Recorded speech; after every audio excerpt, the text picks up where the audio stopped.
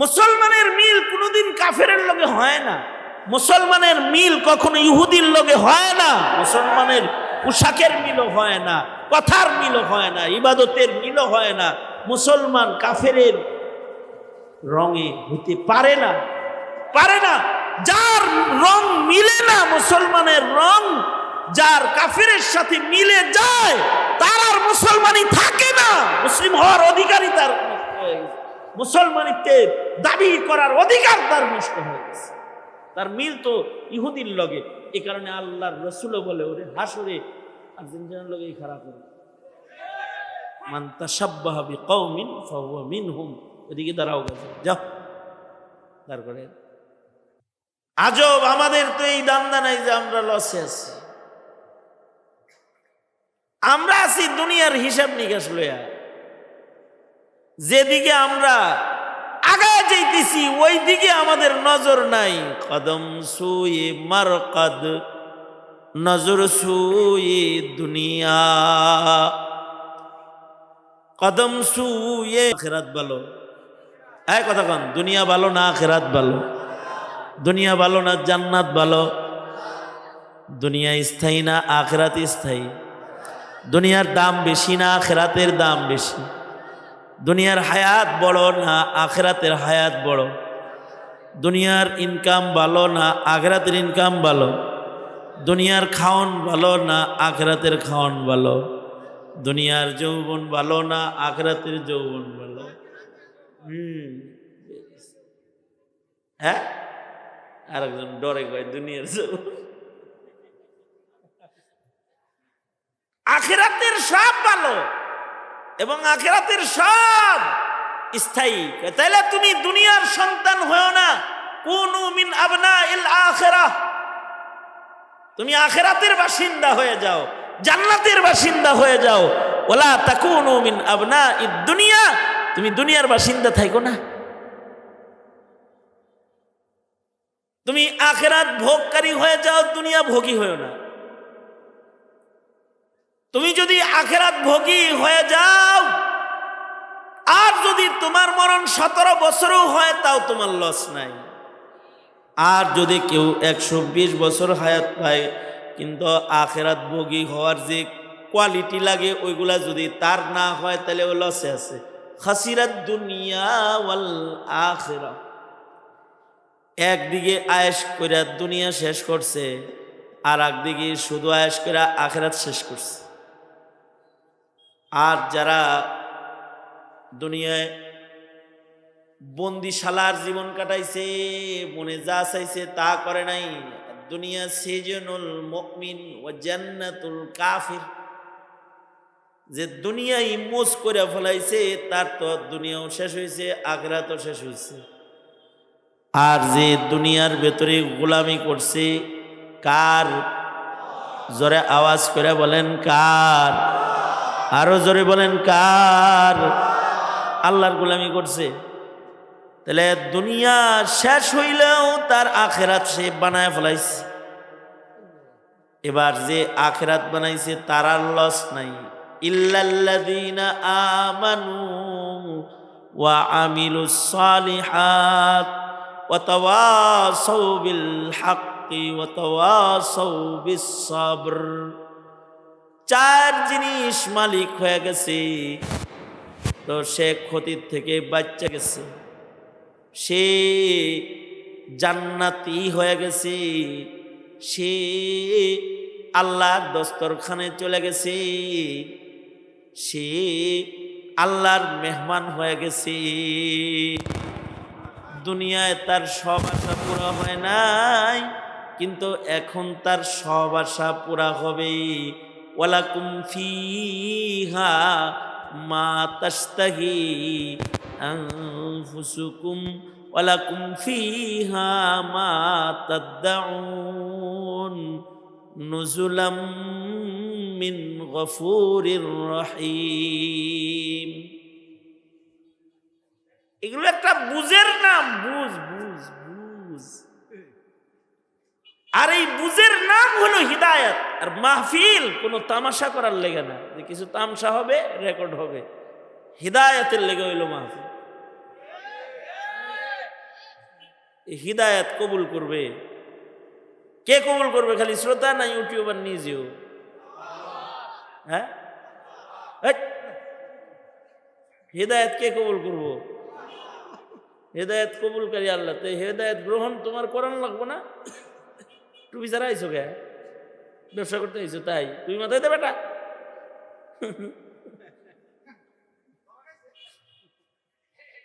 শীতের টুপি বের করতেছে।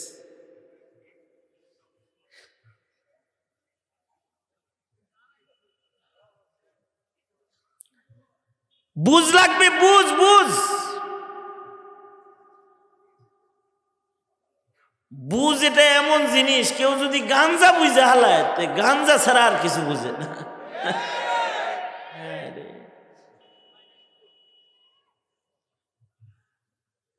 আর যদি কেউ আখেরাত বুঝা ফেলায়, এই দুনিয়া তাকে কোনো ক্ষতি করতে পারে না। আখেরাতের দিকে দৌড়াইতে থাকে, সারা দুনিয়া থাকে একদিকে আর ও থাকে আল্লাহর দিকে। আল্লাহর দিকে দৌড়াইতে থাকে গেল। বুঝ, এই বুঝের নাম হেদায়েত। বুঝের নাম কি বলেন? বুঝের নাম কি? হেদায়েত।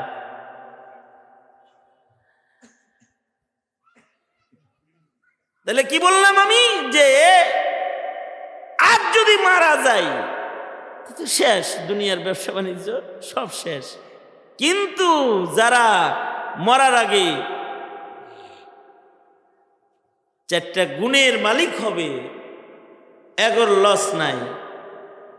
এরা কেমন যেন নকল শেষ কইরা আসলে চলে গেছে।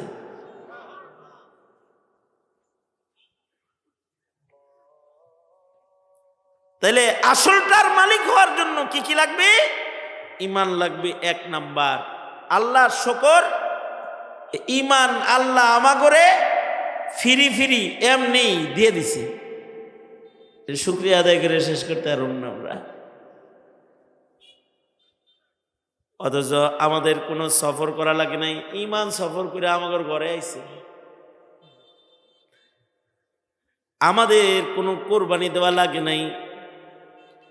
ঈমানের জন্য বেলালের মতো কোরবানি আপনার আমার কাছ থেকে আল্লাহ নেয় নাই। খোবায়েব খাব্বাবের কোরবানি আপনার আমার কাছ থেকে নেয় নাই।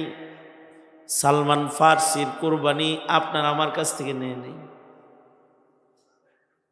জন্ম সূত্রে ঈমান পাইছি, ক্ষতির থেকে বাচ্চা গেছি ঈমান পায়া। কারণ ঈমান যার আছে জান্নাত তার আছে, ঈমান যার আছে আল্লাহ তার আছে, ঈমান যার আছে শাফাত তার আছে, রসুল তার আছে, ঈমান যার আছে আখিরাত তার আছে। এটা ফ্রি পায়ে গেছি আমরা। কিন্তু আশ্চর্য, আমরা ঈমান পাইছি কিন্তু ঈমানের কদর করি না আমরা। আমাদের কাছে ঈমানের কদর দানই নাই। সস্তা সস্তা পাইছি তো, ফিরি ফিরি যেটা পাওয়া যায় ওটার দাম থাকে না বেশি। শ্বশুর বাড়ির শাল দিয়া জুতা মুছতেছে কেদা। কিরে শাল দিয়া জুতা মুছস? এটা ফিরি আর এটা কি না। আমাদের ঈমানটা ফিরি তো, তাই আমাদের ঈমানের কদর আমাদের কাছে নাই। আমাদের কাছে বেঈমানের কদর আছে, আমাদের কাছে বেঈমানদের কালচারের কদর আছে। ঈমানদারির রঙের কদর নাই, ঈমানের কদর আমাদের কাছে নাই। ফিরি ফিরি পাইছি যে, এর জন্য তো কষ্ট করানো লাগে না।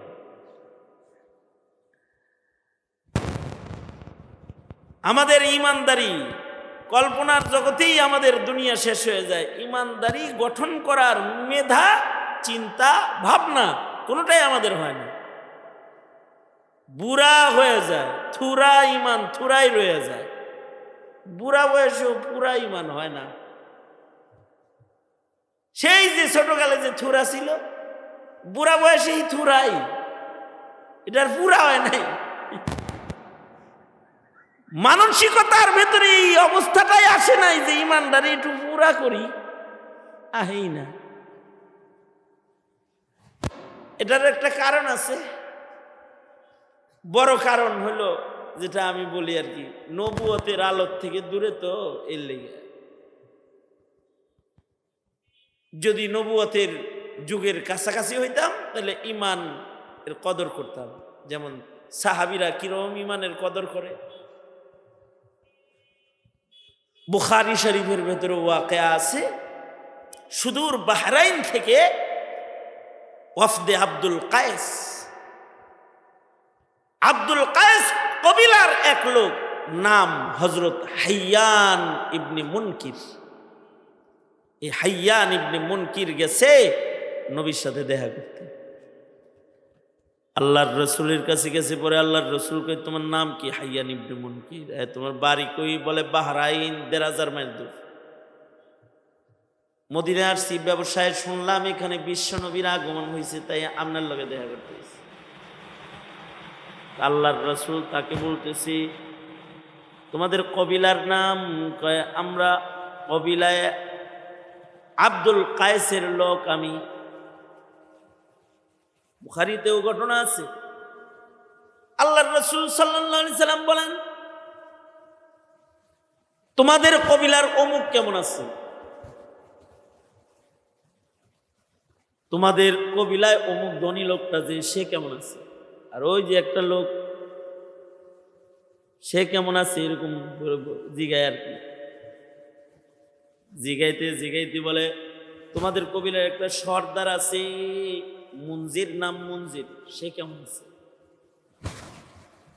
হাইয়ান বলে মুনজির তো আমার শ্বশুর, ভালো আছে। হযরত হাইয়ান ভাবতেছি এইরকম যিনি কয় তিনি ওহী ছাড়া বলতে পারে না, সাধারণ মানুষ আর উনি একরকম না, নিশ্চয়ই ওনার কাছে ওই দূতের আগমন হয় যে প্রত্যাদেশ এসে এসে দিয়ে যায়। তাছাড়া কোথায় ১,৫০০ মাইল দূরে আমার বাড়ি, আমার কবিলা, আর উনি থাকেন মদিনায়। আমার এলাকার মানুষের নাম ধরে ধরে উনি কথা বলেন। ওহী ছাড়া সম্ভব নয়। আল্লাহ তাআলা নবীজিকে বলতেছে নবীজি আপনি আর সাধারণ মানুষের ভেতরে ব্যবধান হলো ওহী, এটা বলে দেন। কুল ইন্নামা আনা বাশারুম মিসলুকুম ইউহা ইলাইয়া। ব্যবধান হলো আমার কাছে ওহী আসে, তোমার কাছে ওহী নাই। আল্লাহর রাসূলের কাছে ওহী আসে, আল্লাহর রাসূল দূর থেকে সব কয়। হাইয়ান বলে এরকম আজব, যিনি দূরে থেকে কবিলার খবর বলতেছে নিশ্চয়ই ইনি পয়গম্বর ছাড়া অন্য কিছু নন। হাইয়ান সাথে সাথে হাত আগায় দিয়ে বলে ওগো সরকার, আমাকে আগে কালেমা পড়ায় মুসলমান বানায়া দেন, মুসলিম করে আমাকে গণনা করে নেন। মুসলমান হয়ে গেছে, মুসলমান হয়ে ওযু শিখছে, নামাজ শিখছে, মাসাইল শিখছে, সব শিখছে, শিখা টিকা বাড়ি গেছে। কিন্তু বাড়ির হালত এমন যে চতুর্দিকে কাফের মুশরিক, সবার সামনে ইবাদত করার সাহস পায় না। কিন্তু গোপনে গোপনে ঘরের কোনায় দাঁড়ায় দাঁড়ায় ওযু করে, নামাজ পড়ে, চুপি চাপি রোনাজারি করে, জিকির করে, আল্লাহ বিল্লাহ করে। এখন হাইয়ানের বিবি তার বাপ মুনজিরের কাছে যায় বলতেছে আব্বাজান, জামাই রেজে এখন আর আগের মতন লাগে না, আমাদের রং একরকম, তার রং আর এক রকম, আমরা একরকম সে আর এক রকম, তার মিল অন্য কারোর সাথে মনে হচ্ছে। মুসলমানের মিল কোনোদিন কাফেরের লগে হয় না, মুসলমানের মিল কখনো ইহুদির লগে হয় না, মুসলমানের পোশাকের মিলও হয় না, কথার মিলও হয় না, ইবাদতের মিলও হয় না। মুসলমান কাফেরের রঙে হতে পারে না, পারে না। যার রং মিলে না, মুসলমানের রং যার কাফেরের সাথে মিলে যায়, তার আর মুসলমানই থাকে না। মুসলিম হওয়ার অধিকারই তার নষ্ট হয়ে গেছে, মুসলমানিত্বের দাবি করার অধিকার তার নষ্ট হয়ে গেছে। তার মিল তো ইহুদির লগে। এই কারণে আল্লাহর রাসূলও বলে ওরে হাসরে আর্জেন্টিনার লগেই খারাপ হবে। মান তাশাব্বাহা বিকওমিন ফাহুয়া মিনহুম। ওদিকে দাঁড়াও গেছে, যাও দাঁড় করে। হাইয়ানের মিল বাহরাইনের একটা এলাকার কারোর সাথে হইতেছে না। বউ যায় বিচার দিছে বাপের কাছে, মঞ্জির ডাক দিছে, কি তোমার তোমার রং তো আমগর লোকে এখন মিলে টিলে না, কারণটা কি? রং মিলবো কেমনি? বাইরের রং তো মিলবো না, ভিতরের ড মিলতো না, কারণ তোমাদের ভিতরে আছে কুফুর আর আমার ভিতরে আছে ঈমান, মিলবে না তো। কারণ আমি মুহাম্মদুর রাসূলুল্লাহ সাল্লাল্লাহু আলাইহি সাল্লামের হাতের মুসলমান। হ্যাঁ, একজন মানুষের দেখেই মুসলমান হয়ে গেল। আপনি থাকলে আপনিও হইতেন। কারণ কি? কারণ হলো তিনি আপনার নাম ধরে আমাকে জিজ্ঞাসা করছে মঞ্জির কেমন আছে। এই কথা শোনার সাথে সাথে হযরত মঞ্জিরের ভিতরে ঈমান ঢুকে গেছে। তিনি কেঁদে দিয়ে কয়, আল্লাহর পয়গম্বর এত দূর থেকে আমার মতো গুনাহগারের নাম লইছে, আমি আর দূরে থাকতে পারি না, আমিও মুসলমান হয়ে গেলাম, উনিও মুসলমান হয়ে গেছে। এইভাবে এক কবিলার বহু মানুষ কালেমা পড়ে মুসলমান হয়ে গেছে। কিন্তু আমরা মুসলমানি মাথায় করে চলি, আমাদের ভেতরে মুসলমানি নাই। ৮০ বছর বয়স কিন্তু নামাজ সোজা না, সূরা ফাতিহা সোজা না, কোনো কিছু পড়তে পারে না। ৮০ বছর বয়স। আমার সাথে এক হাজী সাহেব হজে গেছে, ২০০৭ সালের ঘটনা। হুজুর আমি ৩ নম্বর হজে আইছি। তাহলে তালবিয়া আপনি করেন, আপনি যেহেতু ৩ নম্বর, আমি হলাম ১ নম্বর। কিন্তু আমার ১ নম্বর পয়লা হজে আইছি। আর আগের ঘটনা হবে ৪-এর, এটা আমার তো হুজুর ৩ নম্বর হজ। তাহলে তো আপনি সিনিয়র হাজি, তলবিয়াটা আপনিই পড়ান। বিপদে পড়ছে তো। তলবিয়া পড়াইতে যায়, তলবিয়ার কিছু অংশ কি পাঠাইছে পঙ্গু হাসপাতালে, আর কিছু পাঠাইছে হৃদরোগ হসপিটালে, আর কিছু আর পাঠাইছে চক্ষু হাসপাতালে। এগুলো চাচা মিয়া ৩ বার হজ করছেন, তলবিয়াটাও সোজা হয় না। আল হাস্ত নামের আগায় খুব সুন্দর আছে, সূরা ফাতিহাটা পড়েন একটু। এটা পারি না, শুদ্ধ হয় না আমার। আমাকে জানেন? কয় হ্যাঁ জানি, হয় না। আমি ৩ বার হজ করতে পারলেন, সূরা ফাতিহাটা সোজা করতে পারলেন না। এই হজের সফরে আপনার কাজ হবে আমার কাছ থেকে সূরা ঠিক করবেন, আর পুরা নামাজ পড়বেন, পুরা নামাজ ঠিক করবেন। ৪০ দিন মেরে হেরে পড়াইছি, মারা গেছে। ওসিয়ত করছে, হুজুর আপনি আমার জানাজা পড়াইবেন। জানাজা পড়াইছি। ৮০ বছর বয়স হয়ে গেছে, এখনো পরিবর্তনের চিন্তা নাই। বেঈমানি লইয়াই কবরের যাত্রা। কিন্তু এরা নতুন মুসলমান হওয়ার পরে বলে আমরা নামের ঈমান, নামের মুসলমান হইলে হবে না, চলো মদিনায় যাব। সব দল ধরে রেডি হয়েছে মদিনায় যাওয়ার জন্য, একটা ওয়াফদ রেডি হয়েছে। এই যে দিন শিখার, মুসলিম হওয়ার, কামেল মুসলমান নিজেরই বানানোর, শুধু ইমানদারি না, আমল করার, আমল শিখার দাওয়াত, ইসলামের দাওয়াত। যে গুণগুলা তাদের ভিতরে জমা হয়েছে, গুণের কারণে আল্লাহ তাআলার কাছে তারা এত পছন্দের। তারা যখন মদিনার দিকে যাত্রা শুরু করেছে, আল্লাহ জিব্রাইল রে দিয়া খবর পাঠাইছে, নবী একটা দামি কাফেলা আইতেছে, এখন আমি ভালোবাসি। আল্লাহর রাসূল সাহাবীদের বলতেছে, আগামীকালকে মাশরিক থেকে এমন একটা কাফেলা তোমাদের কাছে আসবে, যে কাফেলা এই আরবের সবচেয়ে দামি কাফেলা। এই যে একটা মানুষ দামি হইল, এই দামটা তার সুরতি ইনসানির দাম না, এই দামটা তার সিরতি ইনসান, ইবাদতের জিন্দেগির দাম, ইমানদারির দাম, তার তাওয়াসি ইলাল হকের দাম, তাওয়াসি ইলাস সবরের দাম। এইগুলা যাদের ভেতরে চলে আসবে তাদের আর লস নাই, তারা অকালে মরলেও লস নাই, সোজা জান্নাত।